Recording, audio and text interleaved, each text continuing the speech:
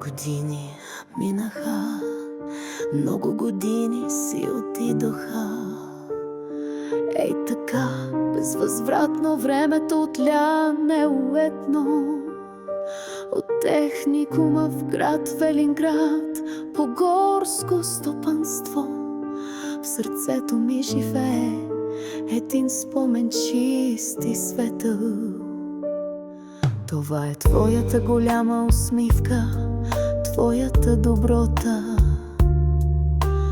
твоето добро сърце и твоята чиста душа, твоята усмивка, приятелю мил, любимецът на целият клас от техникума ни във Велинград.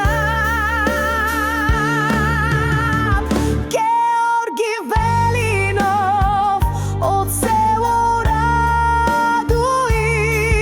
И след толкова неуетни години, сред ученически спомени, ти си за мен гоше от Радоил. Гоше с голямата усмивка, ти си гоше, сърцето на класа в техникума по горско стопанство в град Велинград. Ти беше добрият, усмихнатият, просто човек.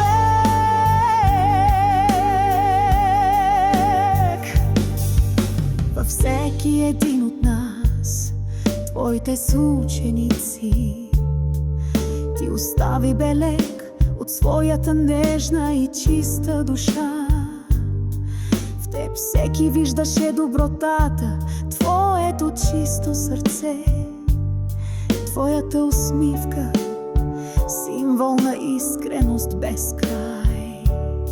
Това е просто добрият човек с голямата душа, с добротата, която слънце в сърцата ни запали.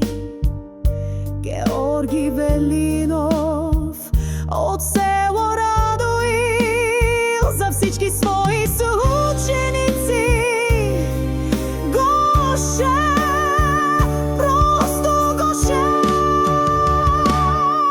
И след това